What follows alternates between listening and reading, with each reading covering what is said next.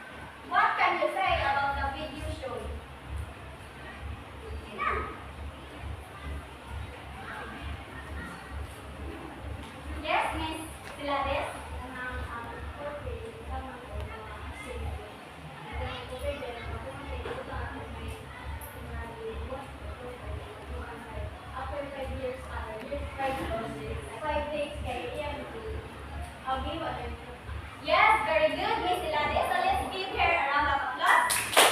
Okay, you may take your reward lang. Just one. Just one. Yes. Okay, so next, what was the man doing? Sa may gibuhat di ay sa kuan. Atong lalaki. Reserve. Yes, very good. So, in your own perception, how long can it last?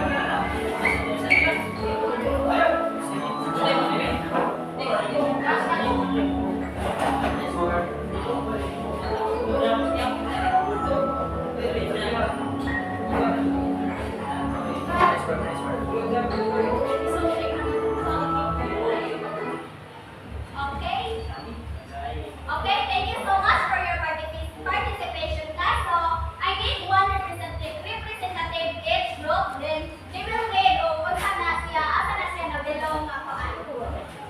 Okay, let's start from group 2. Okay? Just read lang. Sa kanya po kay Juan, using a method of preserving meat by lowering its temperature to a point where the growth of microorganisms is slowed down or stopped, typically at 0 degrees Fahrenheit or negative 80 degrees Celsius or below. Okay, thank you so much, Miss Ilade. So let's give her a round of applause. Okay, next group, group 1. So, our content is on drying the preservation method that involves exposing meat to direct sunlight, warm temperature, and air circulation to cover moisture and reduce bacteria. Okay, thank you, Mr. Bolo. So let's give him a round of applause. Okay, the last group, please.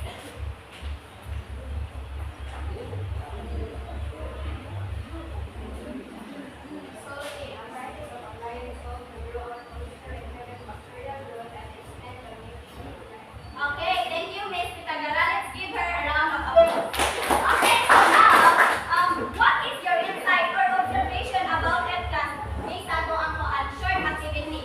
So may inyong observation about class. Anyone? Who wants to answer? Yes, Ms. Buladago?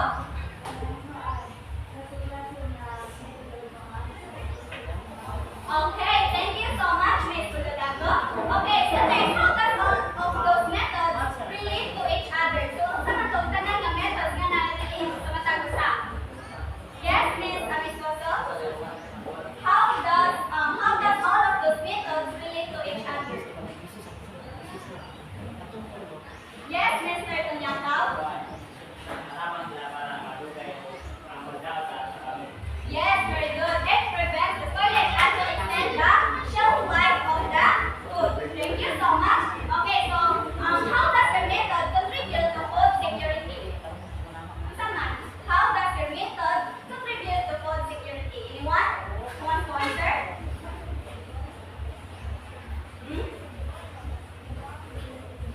Anyone? How does your method contribute to food security? Okay, so those methods contribute to food security through reduces food waste, increase food availability, and provide nutrition Okay, so now let's proceed to our unlocking of difficult words. Okay, first is presentation. Can you read group 1?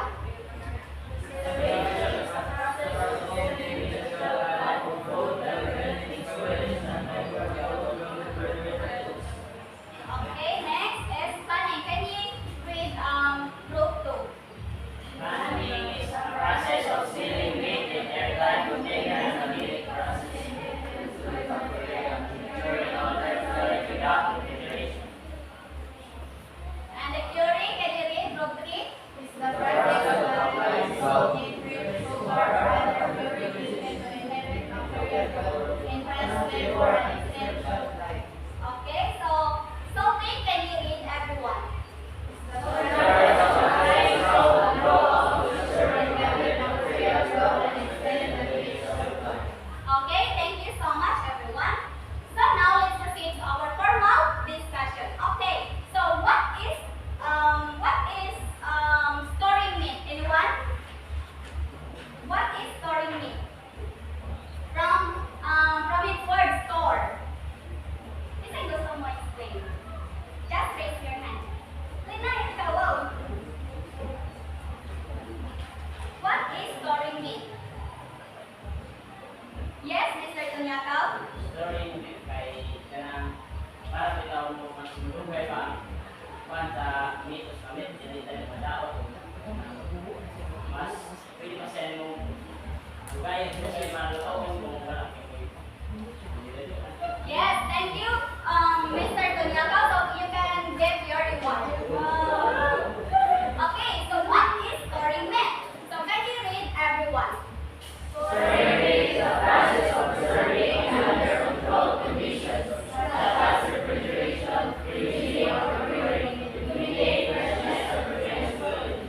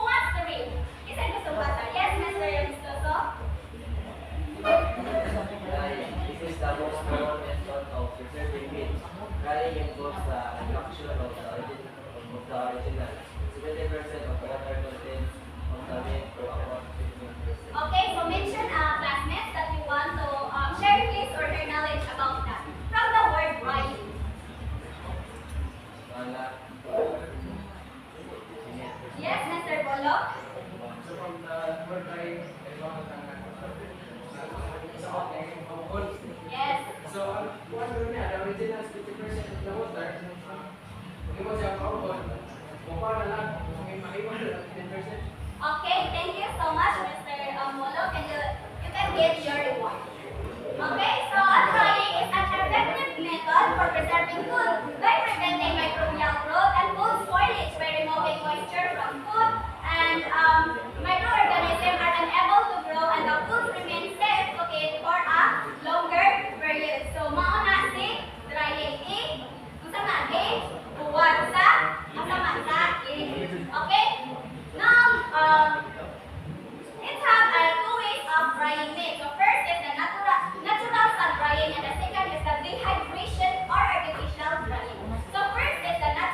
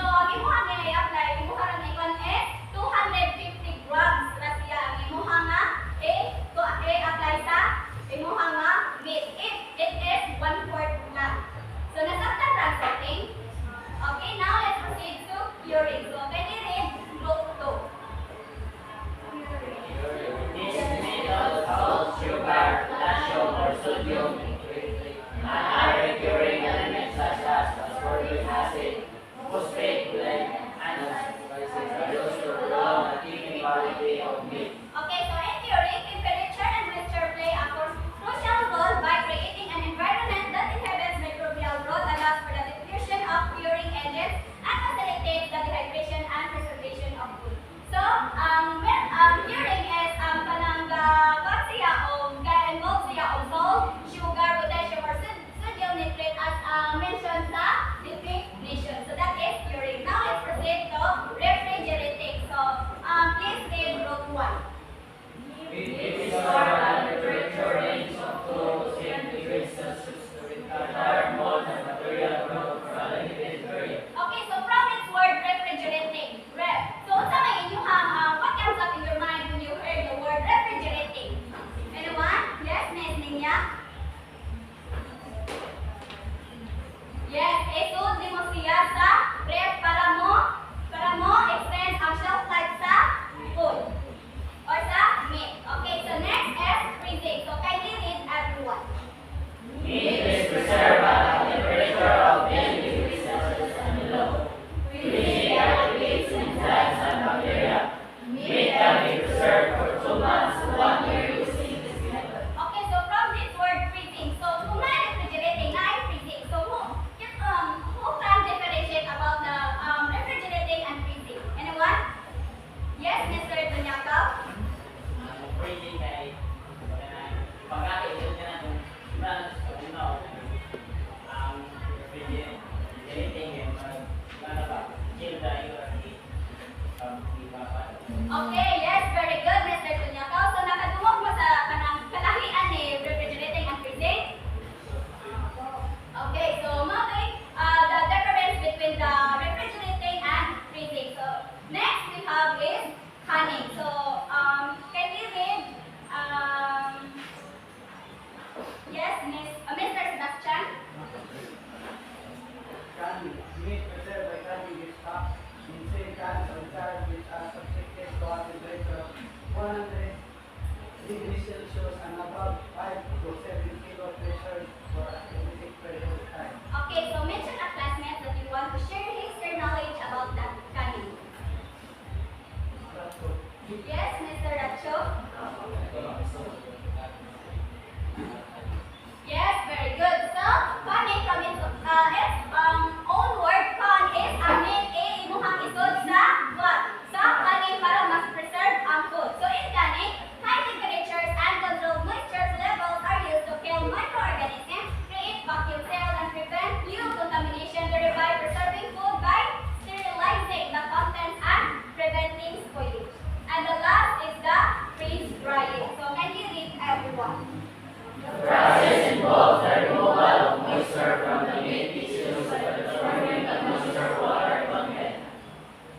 Okay, so freeze drying, extremely low temperatures and controlled moisture level and are used to freeze the food, and then the moisture is removed through a vacuum process, preserving the food by preventing microbial growth and enzymatic reaction. So for your further para mas makasabot mo, so I have here a short video para mas masabtan ang video. Ancient food preservation methods. Number 5, drying. Who doesn't love beef jerky? Drying meat using the sun and wind dates back to 12,000 BC in Asia and the Middle East. Fire eaters still houses were used if there wasn't enough sun or wind. Number 4, curing. Use of salt to cure meat is another ancient method going back as early as 2000 BC with the Egyptians. This method locks in the flavor and extracts any moisture, preventing harmful bacteria from growing. Number 3, freezing. In colder areas, particularly around the Arctic Circle, freezing food by burying it under snow was and sometimes still is a way of preserving food. This concept evolved into modern fridges and freezers. Number 2, fermenting. An ancient technique that uses friendly microorganisms including bacteria, yeast, and molds. This dates back to around 7000 BC with the production of meat and beer in ancient Sumeria. Number 1, sugaring. Preserving using sugar not only sweetens but also dries food out, preventing bacteria growth. The ancient Greeks and Romans used heated sugar with fruit pectins to make jams, jellies, and preserves. Like and subscribe. Okay, so I believe that all of you have a knowledge about the different methods of preserving meat, right? So nasaktan ba ninyo? Okay, so now, let's apply your knowledge. Okay, so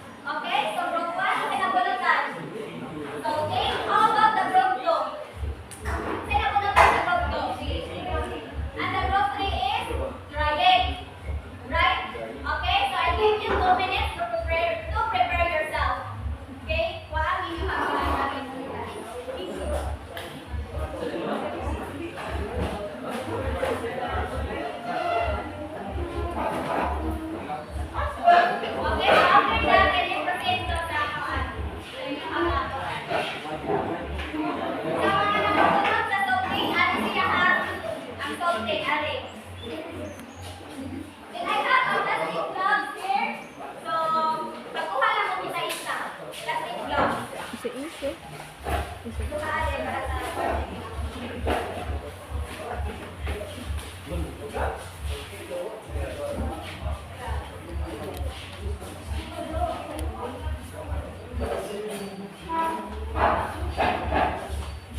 Okay, so I'll give you 10 minutes to do that. So your time starts now.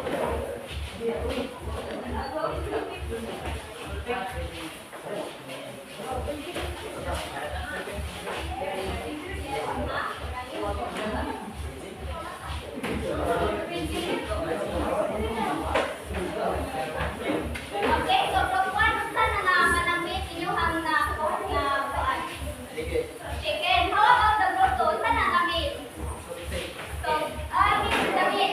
Ano yan? Yes. Pork? Okay, beef. Then the broccoli is, saan ang gamit? Broto. Saan ang gamit? Panga. Okay, so the broto. Ang broto ang inyong is pork. Right? Pork chicken or beef.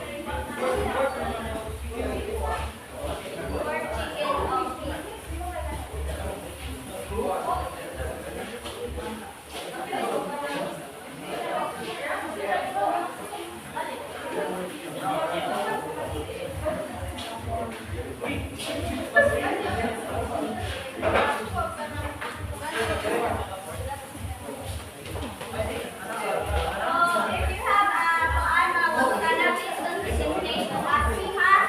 Na may mga pagkakana. Hello, you feel that? Is it about to? Yes.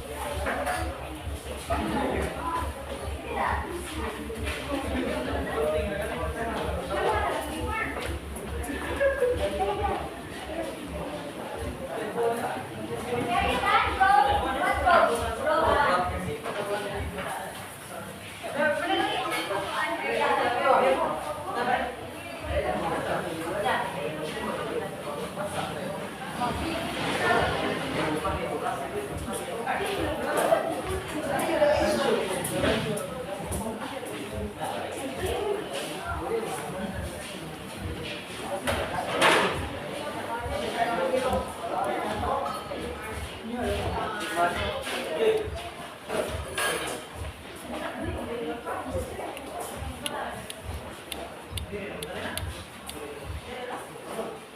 so done. So, I give you 2 minutes para makakuha. Hindi na isa pa natin ha. Sige na.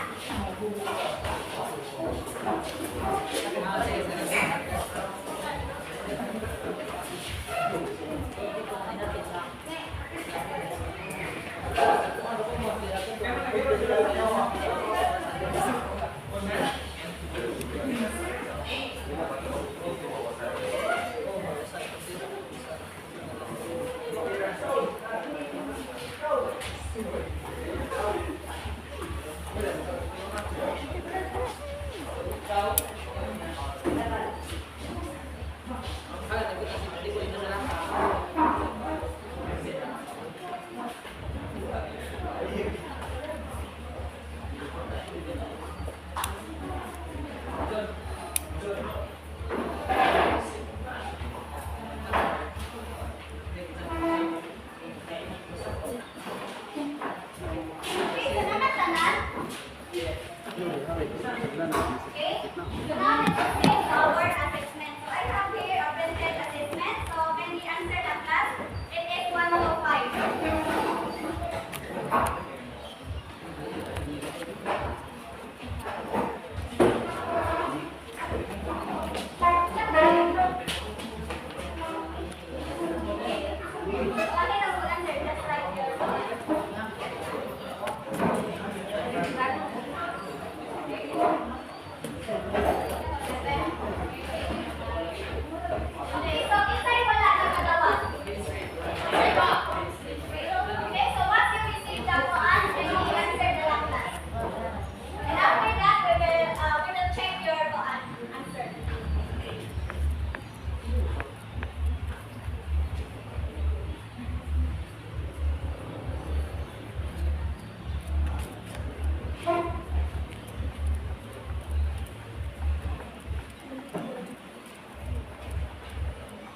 Okay, so cover your paper, ha?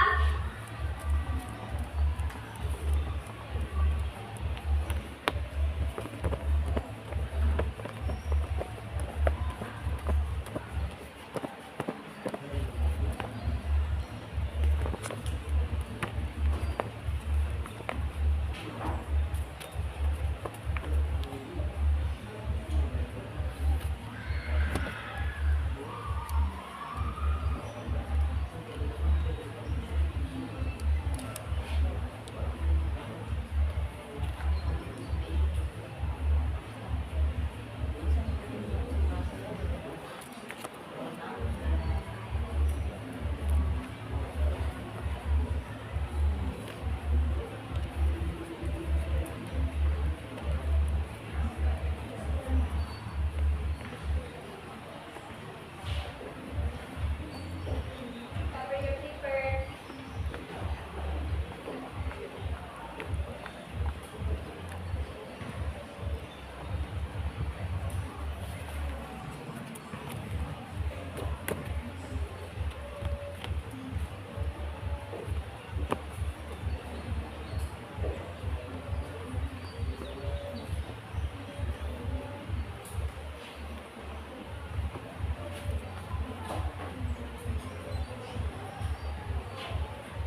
Okay, so after answering, mag-check na